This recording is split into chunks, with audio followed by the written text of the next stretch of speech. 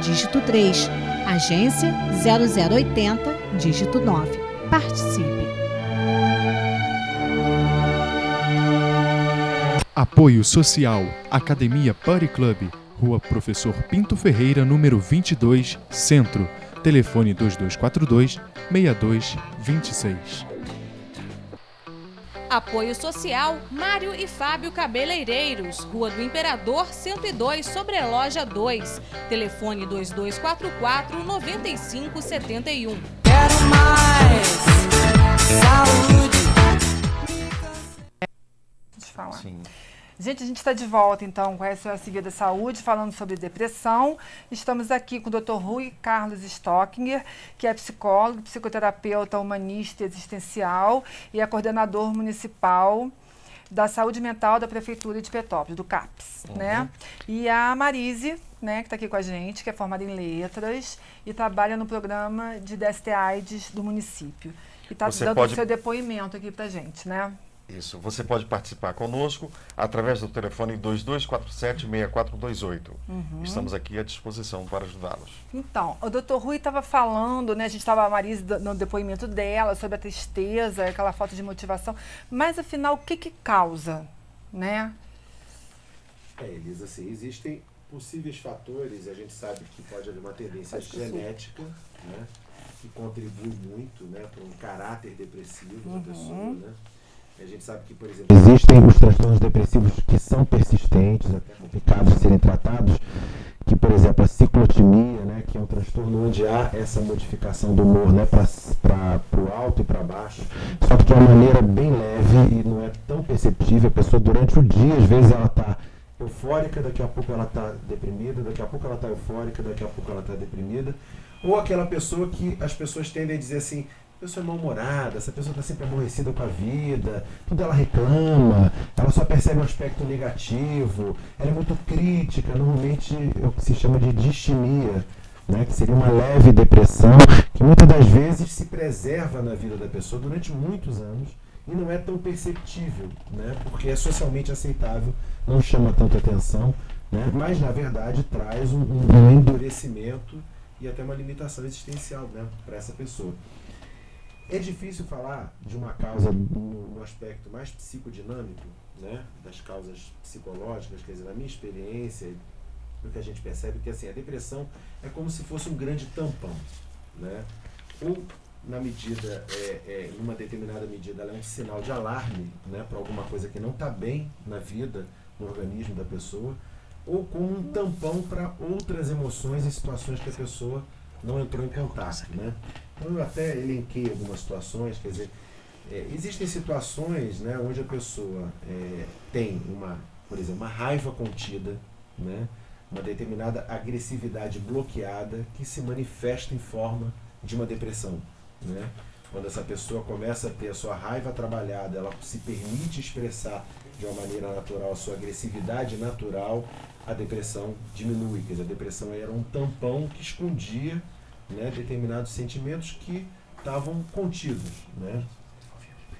É muito comum, assim, pessoas, por exemplo, que experimentam muitos sentimentos de culpa, né, e às vezes essa culpa não ser nem muito consciente, isso se traduzir em aspectos mais depressivos. Né. Rui, desculpa te interromper, você vai voltar nesse assunto na tua resposta, mas parece que a gente tem um telespectador no ar. Alô? Alô? Como é seu nome? Pedro. Pedro, da onde você é? Do Quissamã.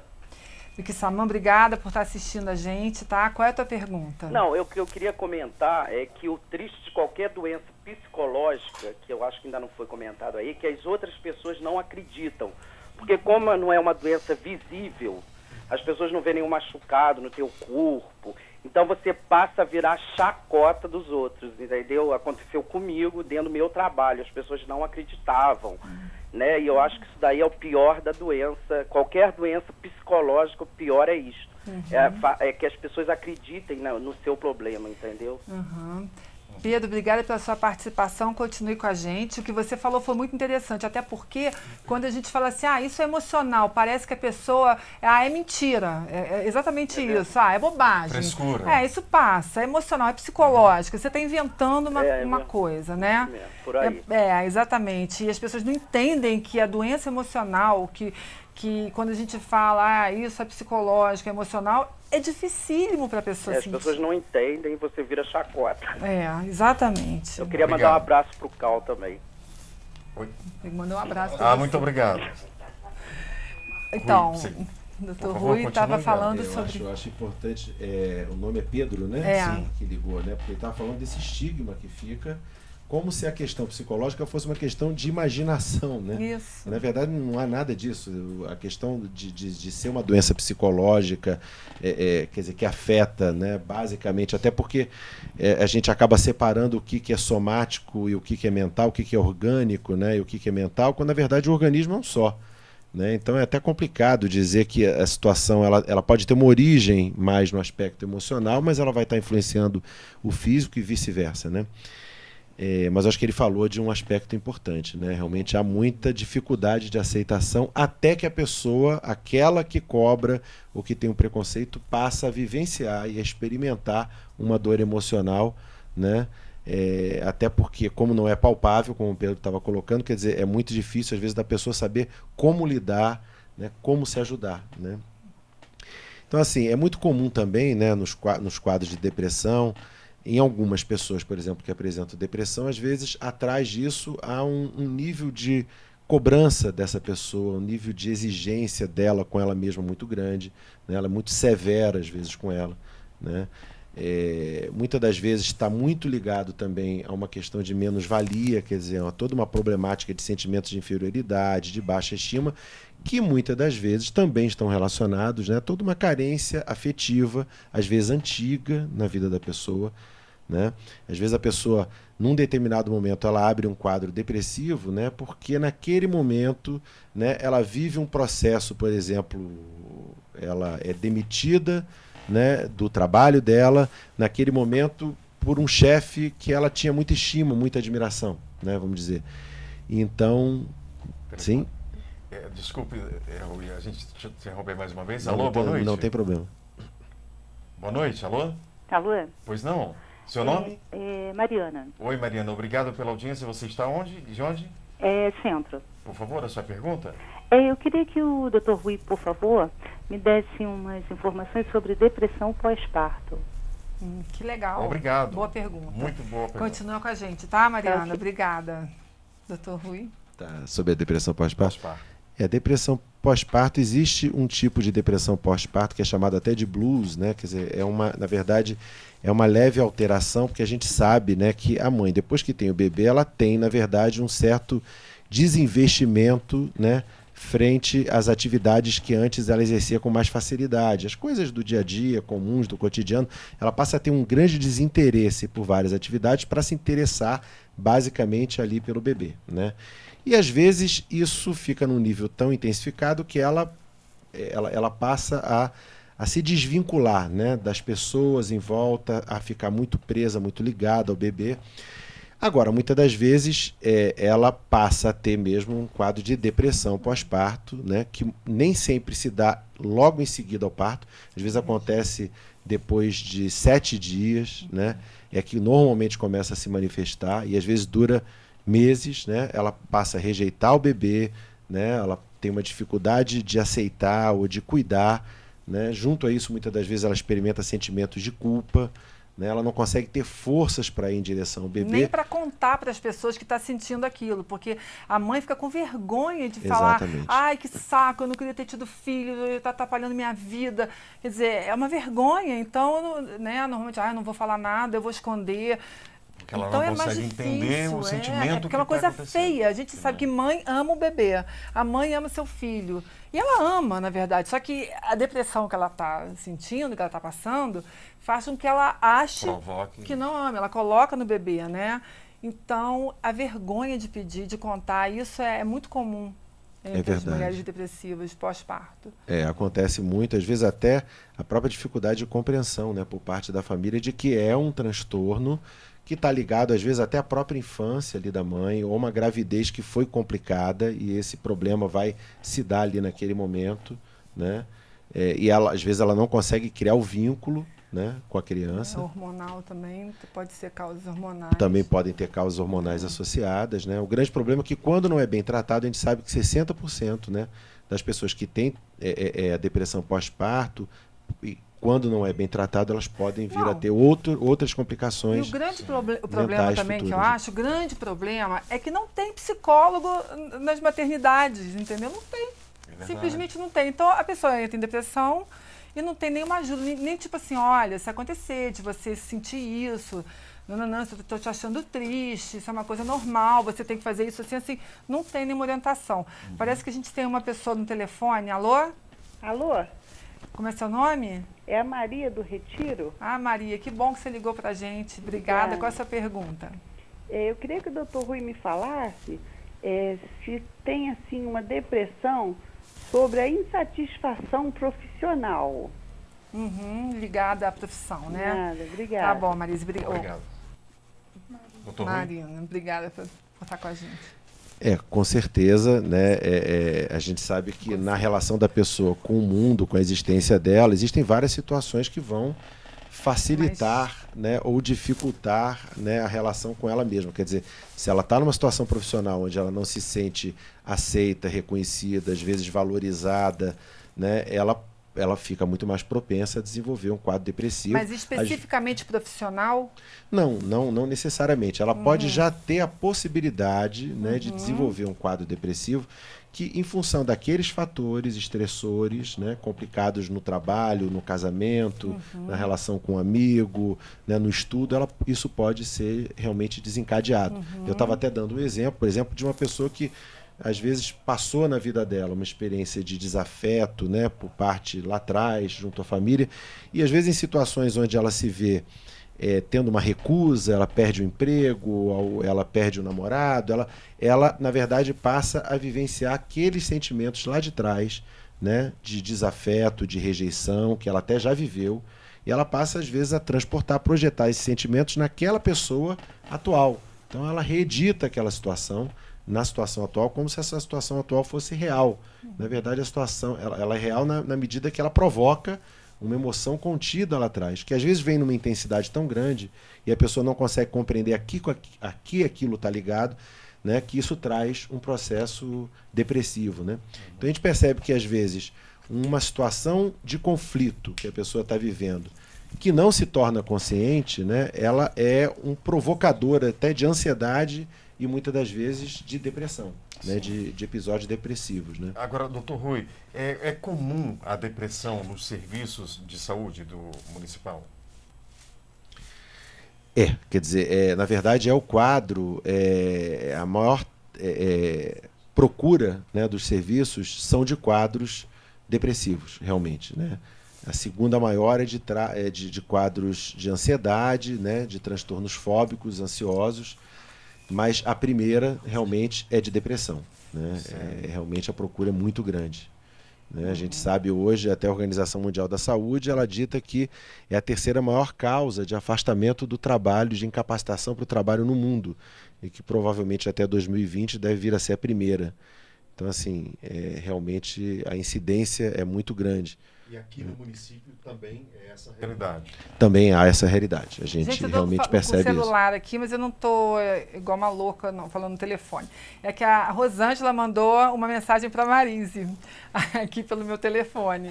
Então, ela está falando que ela está dando parabéns, tá? Pelo exemplo de coragem que você tem e parabéns pelo excelente profissional que você é. Tá bom? Da Rosângela. Rosângela, um beijo. Pronto, desliguei. Bom, vamos lá.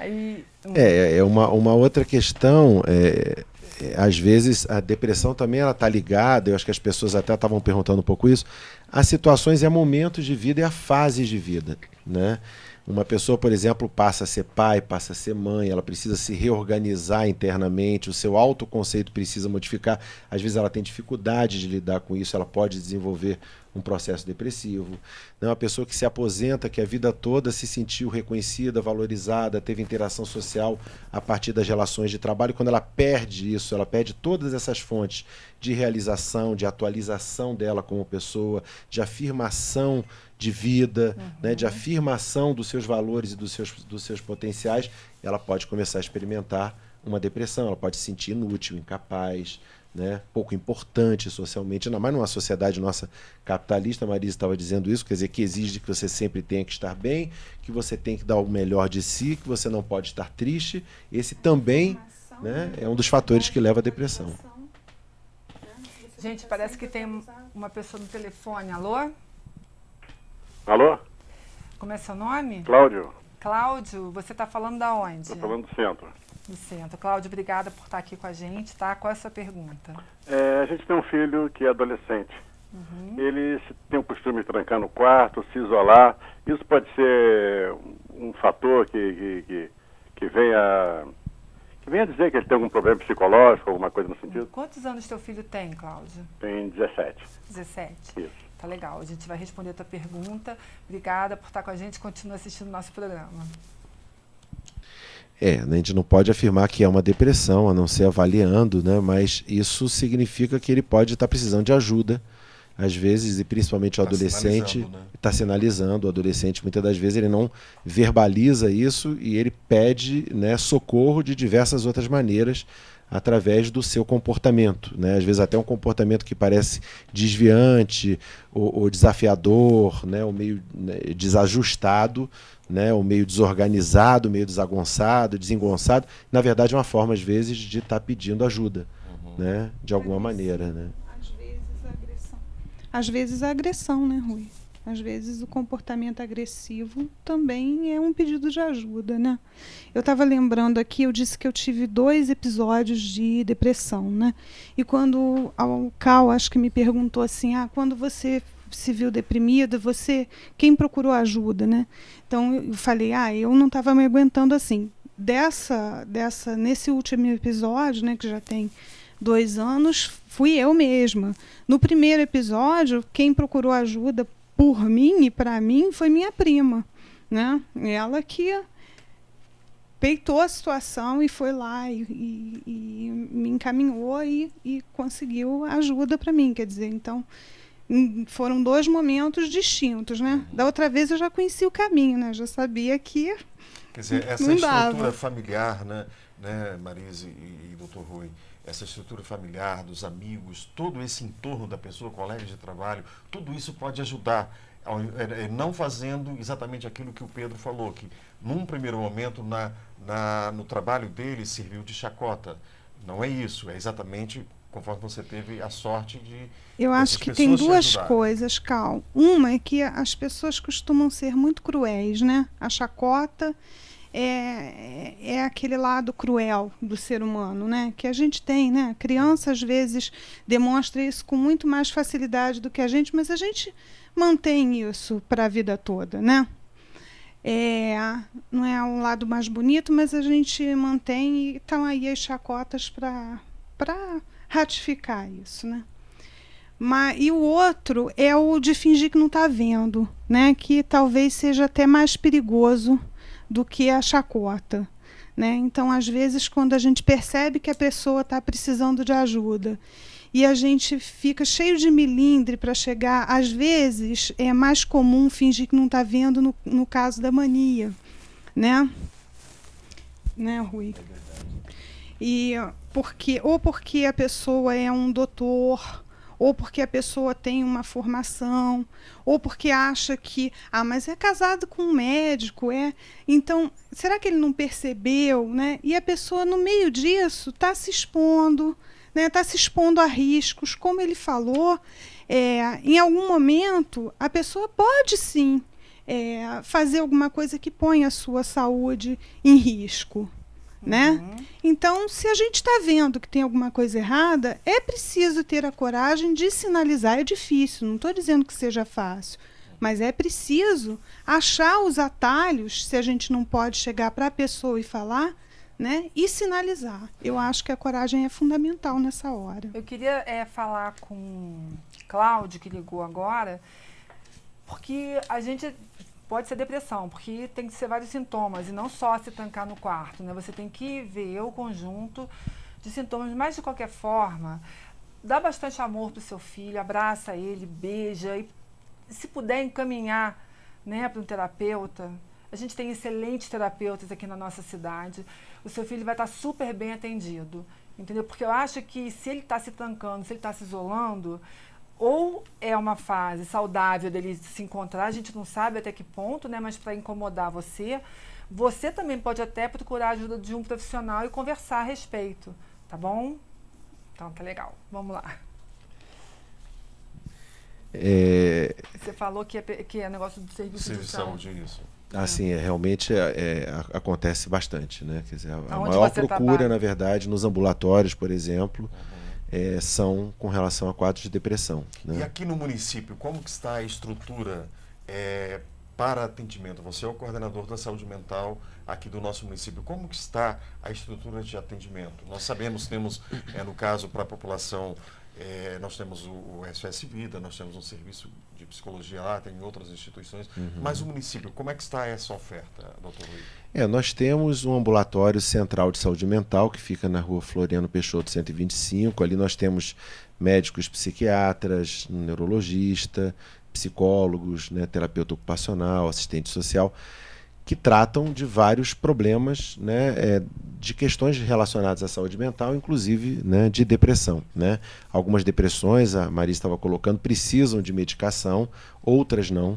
Né? Algumas precisam durante algum tempo e depois não precisam mais, quando os sintomas já estão mais controlados. Doutor Rui, você podia repetir o endereço? Porque tem pessoas que estão em casa... É o ambulatório central de saúde mental na rua Floriano Peixoto 125. A gente também tem um ambulatório, nós temos psicólogos, né, psiquiatra, no ambulatório do Hospital Cides Carneiro, em Correias, né, Hospital Público do SUS também. Temos o CAPS, né, Nise da Silveira, na rua Monte Caseiros 576, né, que trabalha com transtornos mais graves, basicamente, é um serviço de atenção diária, continuada, regular, né, onde a pessoa recebe alimentação, recebe os medicamentos, passa o dia e depois retorna para casa com atendimento multidisciplinar. Para depressivos graves, dependendo da situação, né? Não para todos necessariamente, quer dizer, alguns podem se beneficiar do tratamento ambulatorial, psicológico, social, medicamentoso, e no CAPS para os casos mais graves, né? Para crianças e adolescentes com transtornos mais graves, né? Tem o Centro de Atenção Psicossocial Silvio Ortoff, que na verdade, o prédio junto é agregado ao do CAPS Nise da Silveira, mas é uma outra unidade. É a Monte Caseiros 580. Né? Doutor Rui, temos uma participação ao vivo. Alô? Alô, boa noite. Alô? Pois não, boa noite. O seu nome? É Josefina. Oi, Josefina, obrigado pela audiência. Você é de que bairro? É Itaipava. Obrigado. Qual a sua pergunta? Ô, Cal, eu queria fazer uma pergunta para o doutor aí, que eu sou paciente lá do CTO, mas a coisa mais difícil para me conseguir é um psiquiatra, um psicólogo. Pelo SUS eu não estou conseguindo. Ok. E eu tenho muita depressão, tomo remédio controlado. Sim. Tá. Obrigado pela sua participação, doutor Rui. O senhor teria como responder a nossa... Como eu havia colocado, a procura é grande, né? Só num dos ambulatórios a gente realiza uma média de 1.400 consultas mês, né? Então é uma procura realmente muito grande, a gente tem filas de espera, a gente vem tentando até solucionar, né, esse problema. A Itaipava tem algo perto dela? Em Itaipava não, nós temos, por exemplo, psicólogo em Pedro do Rio, no posto de saúde de Pedro do Rio. No posto de saúde da Posse nós temos 2 psicólogos, né? Ali no Centro de Cidadania de Itaipava. No Centro de Cidadania nós temos uma psicóloga que trabalha no programa do idoso. Ela desenvolve trabalhos até visando a prevenção também a quadros depressivos com idosos. E temos uma psicóloga no posto de saúde de Araras, todos ligados ao programa de saúde mental. E psicólogos no Alcides Carneiro. E psiquiatra? Psiquiatra nós temos no Hospital Cides Carneiro, no ambulatório do Hospital Cides Carneiro, e também aqui na Floriano Peixoto, no ambulatório central. e também temos os psiquiatras dos 2 CAPs. Né? E nós temos a parceria, né, doutor Rui, com o município, quer dizer, o SOS Vida está pronto para atender as pessoas que nos procuram também. Nós temos o setor de psicologia, nós temos vários psicólogos também nessa parceria junto com o município. Sim.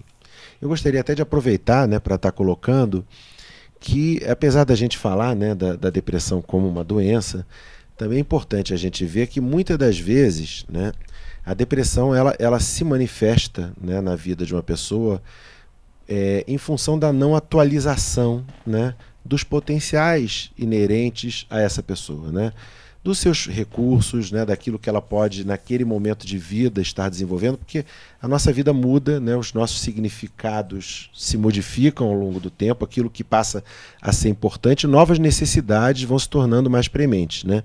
E muitas das vezes a pessoa, né, numa sociedade como a nossa, com um nível de exigência tão grande, que às vezes se torna insuportável, a pessoa passa a ter necessidades, né, diferentes na vida dela, né, as quais não estão... ela não consegue aceitar, e às vezes ela não tem consciência disso, né? Então, às vezes, o próprio meio, o próprio ambiente, a família não aceita, né? Assim como, muitas das vezes, essa pessoa também não consegue nem ter a consciência de que ela precisa fazer uma mudança de vida, ela precisa fazer uma atualização de vida. Né? Então, às vezes, a depressão ela vem como uma forma, né, como um alarme, né, no sentido de um movimento até saudável, mostrando para a pessoa que ela precisa funcionar num nível de complexidade maior, né, num nível de atualização melhor, num nível saudável tem cura, melhor. Então, tem cura. Com certeza. Às vezes a gente percebe que um casamento não está indo bem, né? Uma pessoa faz uma depressão e a partir daquela depressão é que ela vai compreender os problemas do casamento dela, os problemas da relação dela com o mundo. Né? Às vezes uma pessoa chega, né, ao meu consultório, por exemplo, e ela não está bem, ela está com depressão, ela vai compreender que aquele trabalho onde ela está não faz com que ela se realize, né, onde ela se sente menor, ela se sente diminuída, né, ela se sente exercendo muito pouco todos os potenciais que ela tem, ou que as escolhas de vida que ela fez não são satisfatórias para aquilo que ela realmente deseja. Né? Só que às vezes ela passa a ter necessidades que não combinam com aquilo que ela acredita que ela é. E às vezes ela é muito mais do que o que ela pensa que ela é. Né? E ela precisa se atualizar enquanto pessoa, né? Para que ela possa se livrar. Né? E normalmente esse processo depressivo se dilui quando ela pode se atualizar e seguir o seu fluxo e o seu próprio caminho. Né? Quando esse caminho está interrompido, né? Não só a depressão, como algumas doenças físicas podem acontecer, né? Como ela pode fazer um quadro de pânico, ela pode fazer um quadro de ansiedade, né? Ela pode até ter outros quadros associados à depressão. A depressão nem sempre vem sozinha. Né? Depressão nem sempre é tristeza, então. Exatamente, né? nem sempre é tristeza, mas também nem sempre é doença, no sentido de ser o vilão. Tristeza né? também é depressão. Né? Exatamente. Então é interessante que as pessoas percebam, né, até que ponto vira uma doença, a continuidade dessa tristeza, se tem causa, se não tem causa.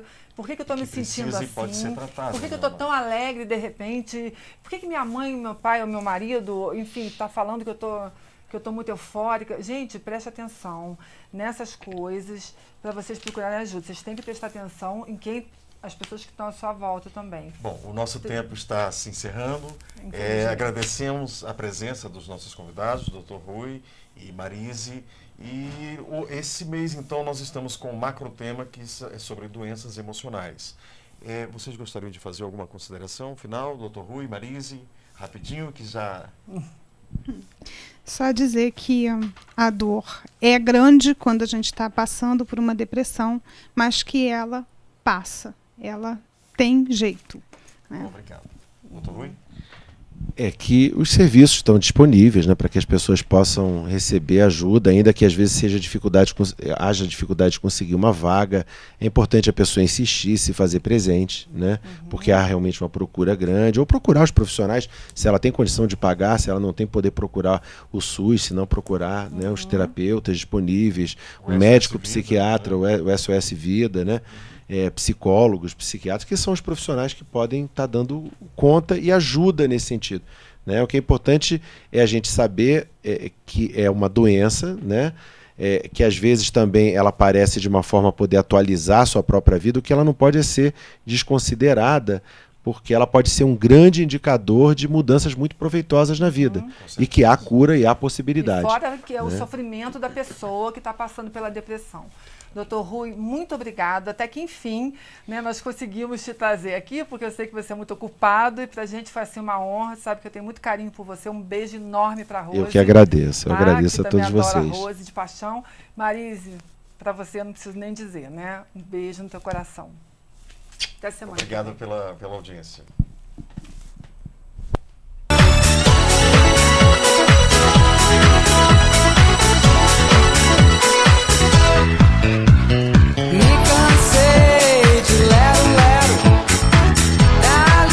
Mas eu vou sair do sério, quero mais saúde. TV Cidade Imperial, programação variada para você.